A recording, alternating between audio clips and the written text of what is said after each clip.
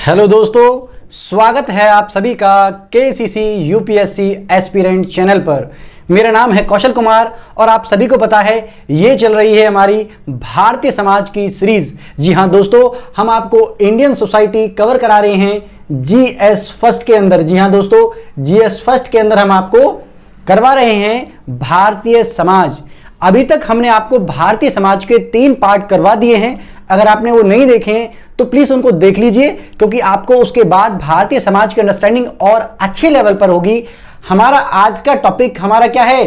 प्रमुख शब्दावली। प्रमुख शब्दावली में ये भी हमारा पार्ट 2 होने वाला है। हमने प्रमुख शब्दावली को लेकर एक वीडियो और बनवाई है या बनाई है, जो आपने पिछली वीडियो में आपने देखा होगा। भारतीय समाज से संबंधित जितने भी टॉपिक हैं, यानी कि जितने भी शब्दावली हैं, प्रमुख शब्दावली जो आपको समझनी चाहिए, जो भारतीय समाज पर आपकी पकड़ और समझ को बेहतर करेगा, वो हमने आपको करवाई है। तो उसको देखिएगा। और फिर आज हम आपको करवाने वाले हैं इस वीडियो का सेकंड पार्ट। शब्दावली को लेके एक पार्ट और आएगा वीडियो को, और उसके बाद हम क्या करेंगे? उसके बाद आपके जो यूपीएससी से संबंधित जितने भी टॉपिक दे रखे हैं उनको एक एक करके हम कवर करेंगे। तो चलिए आज सबसे पहले बात करते हैं। आज का सबसे पहला और प्रमुख शब्द है आपका क्या? सभ्यता एवं संस्कृति। आखिर ये सभ्यता और संस्कृति क्या होता है? तो सभ्यता और संस्कृति को आपको साथ साथ ही समझना है, अलग अलग करके नहीं समझना है, क्योंकि अलग अलग करके आप समझ नहीं पाओगे। सभ्यता, हमारे पूरे के पूरे समाज में जो सभ्यता, आपको जितने भी समाज में भौतिक तत्व दिखाई दे रहे हैं, भौतिक तत्व क्या होता है? जिनका एक निश्चित आकार है, रंग है, रूप है, शेप है, उनको आप देख सकते हो, उन्हें हमारा कहते हैं भौतिक तत्व। जैसे मान लीजिए मार्कर है, जैसे ही हमारा क्या है? टी शर्ट है, शर्ट है, ये ब्लैक बोर्ड है, ये कमरा है ना, मकान है, सड़क है, गाड़ी है, ये सारी चीजें समाज की क्या है? हमारी भौतिक वस्तुएं हैं। और इन भौतिक वस्तुओं को मिलाकर ही बनता है सभ्यता। तो सभ्यता किससे रिलेटेड है? भौतिक सभ्यता, यानी कि भौतिक तत्वों से रिलेटेड हमारी मानी जाती है सभ्यता। लेकिन संस्कृति, इनके आंतरिक गुण जो होते हैं उन्हीं को कहते हैं हमारा संस्कृति। तो ध्यान रखिएगा, हमारा जो सभ्यता है उसमें भौतिक तत्व को शामिल करते हैं, जबकि संस्कृति में हमारे आंतरिक या अभौतिक तत्वों को शामिल किया जाता है। इसमें हमारे बाहरी और इसमें हमारे आंतरिक गुणों को हम देखते हैं। एक एग्जाम्पल दे रहा हूं आपको, आई होप आपको समझ में आएगा। जैसे मान लीजिए भौतिक में क्या क्या आएगा? सड़क हो गया, भवन हो गया, जबकि हमारे अभौतिक में आएगा रीति रिवाज। एक एग्जाम्पल है, आपको बहुत अच्छे से समझ में आएगा। मान लीजिए ये जो कपड़ा हम देख सकते हैं, ये भौतिक तत्व है, तो ये कहलाएगा हमारे समाज का क्या? सभ्यता। लेकिन इस कपड़े को जो पहनने का तरीका है, सिलवाने का जो तरीका है, डिजाइन का जो तरीका है, वो तरीका कहलाएगा संस्कृति। आपको भी समझ में नहीं आया? एक और समझाते हैं उदाहरण देके, तो आपको समझ में आएगा। मान लीजिए हम बात करते हैं किसका? कोई भी हमारी खीर का या खिचड़ी का या बिरयानी का आप ले लीजिए, कोई भी एक उदाहरण ले लीजिए कि हम चावल को बनाने का तरीका देखते हैं। मान लीजिए कि हमारी संस्कृति में चावल को जो बनाने का तरीका है, जो चावल हो गया वो क्या हो गया? वो तो एक तरीके से हमारा भौतिक वस्तु हो गई। तो किसी भी समाज की सभ्यता है तो वो क्या करते हैं? वो चावल को खाते हैं। लेकिन चावल को खाने का तरीका, चावल को बनाने का तरीका, कितने टाइप से चावलों को बनाया जा सकता है, ये कहलाता है हमारा संस्कृति। तो आई होप आपको समझ में आया होगा। इस समाज में जितने भी तत्व हैं भौतिक रूप से जो दिखाई देते हैं, वो तो होता है हमारा सभ्यता का भाग, जबकि उनके आंतरिक गुण, तरीके या प्रक्रियाएं कहलाती हमारी क्या? संस्कृति। तो चलिए अगला शब्द समझते हैं, परंपरा। आपने सुना होगा, अमिताभ बच्चन जी की याद आ जाती होगी आपको मोहब्बतें मूवी की, जिसमें वो कहते हैं प्रतिष्ठा, परंपरा, अनुशासन। तो ऐसे ही हम सबसे पहले आपको समझाने वाले हैं आज एक परंपरा शब्द, क्योंकि परंपरा शब्द समाज में बहुत प्रयोग होने वाला है, इसलिए आपको समझना है। परंपरा क्या होती है? कि कोई भी नियम या व्यवहार, ध्यान रखिएगा, कोई भी हमारे समाज में नियम और व्यवहार, लेकिन कैसा नियम और व्यवहार?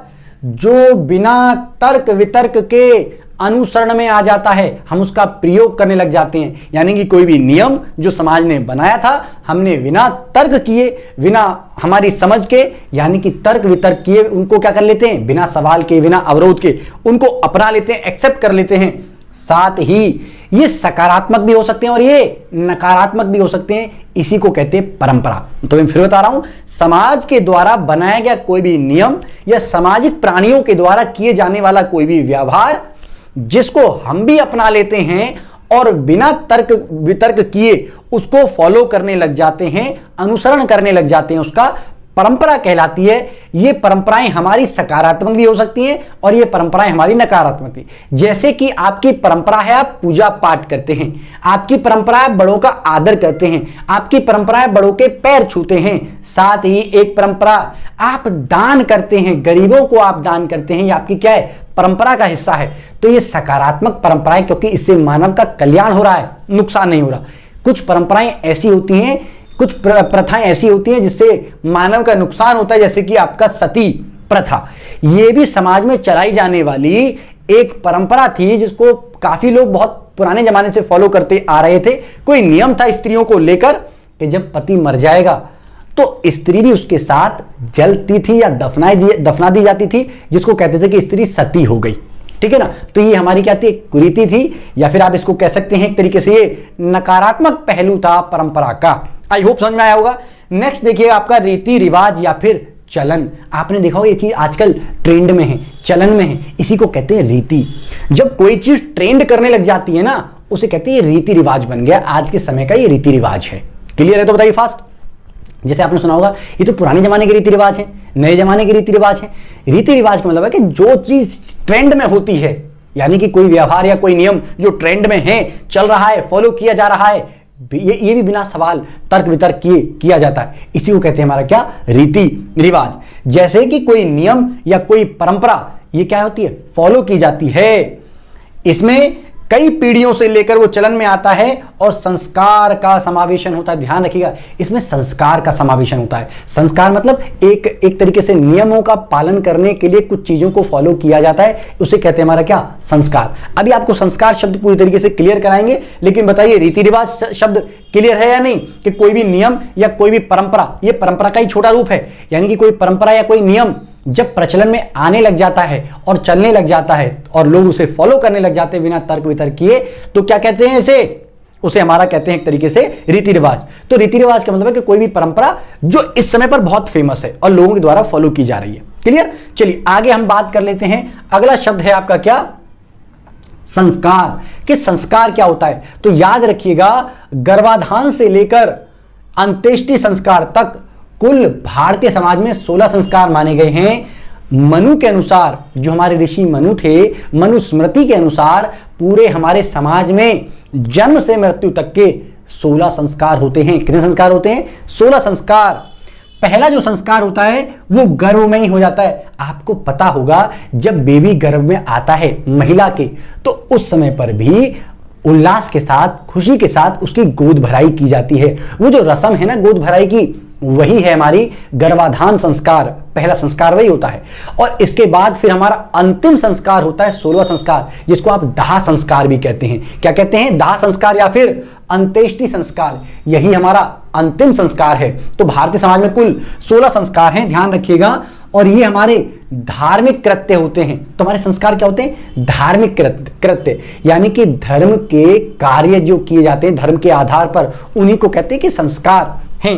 इसके साथ साथ याद रखिएगा इसमें शुद्धिकरण, संस्कार का मतलब है शुद्धिकरण करना। किसका शुद्धिकरण करना, मन का, वाचा का, अपने मन का, अपने विचारों का शुद्धिकरण करना, आत्मा का और शरीर का शुद्धिकरण करना संस्कार के अंतर्गत आती है। तो अगर कोई आपसे कहेगा कि संस्कार क्या है, तो बताइएगा कोई भी धार्मिक कृत्य जिसके माध्यम से हम क्या करते हैं, अपने मन, शरीर और आपकी अपनी आत्मा को क्या करते हैं, शुद्धिकरण करते हैं, शुद्ध करते हैं, अच्छे व्यवहार में लेकर आते हैं, उसे कहते हैं हमारा संस्कार। कुल कितने संस्कार हैं, 16 संस्कार। अब बात करते हैं प्रथाएं क्या होता है। तो याद रखिएगा जो हमारी परंपराएं हैं, परंपराओं का ही एक रूप होता है हमारा क्या, प्रथाएं। परंपराओं का ही एक रूप क्या होता है, प्रथाएं। परंपराएं उतनी कठोर नहीं होती हैं, लेकिन प्रथाओं में कठोरता आ जाती है। ध्यान रखिएगा परंपराएं इतनी कठोर नहीं होती, लेकिन प्रथाओं में कठोरता आती है और नेगेटिविटी के पॉइंट ज्यादा रहते हैं प्रथाओं के अंदर। तो एक पीढ़ी से दूसरी पीढ़ी में जब कोई नियम, कोई व्यवहार ट्रांसफर होता है, स्थानांतरण होता है और यह मान्यता और स्वीकृत होता है, ध्यान रखिएगा, प्रथा के अंदर हम क्या है, समाज के द्वारा मान्यता प्राप्त होता है और समाज के द्वारा उसके स्वीकार्यता का गुण भी होता है, इसी कहते हैं हमारी प्रथा है। क्या है ये प्रथा? जैसे कि बलि प्रथा।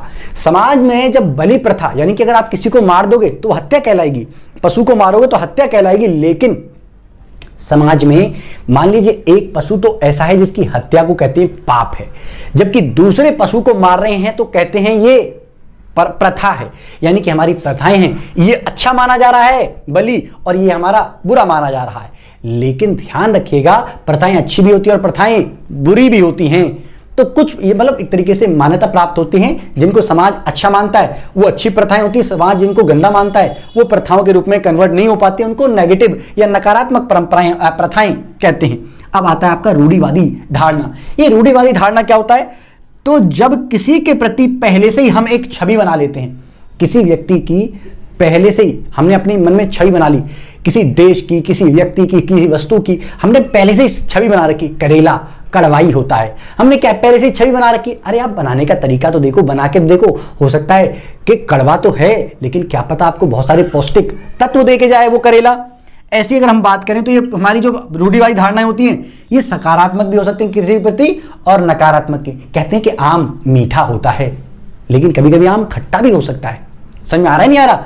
तो ये इस प्रकार से हमारी रूढ़िवादी धारणाएं हैं, जो किसी वस्तु व्यक्ति के प्रति हम एक धारणा या छवि बना लेते हैं, इसको कहते हैं हमारा क्या, रूढ़िवादी धारणा। फिर आता है आपका पूर्वाग्रह।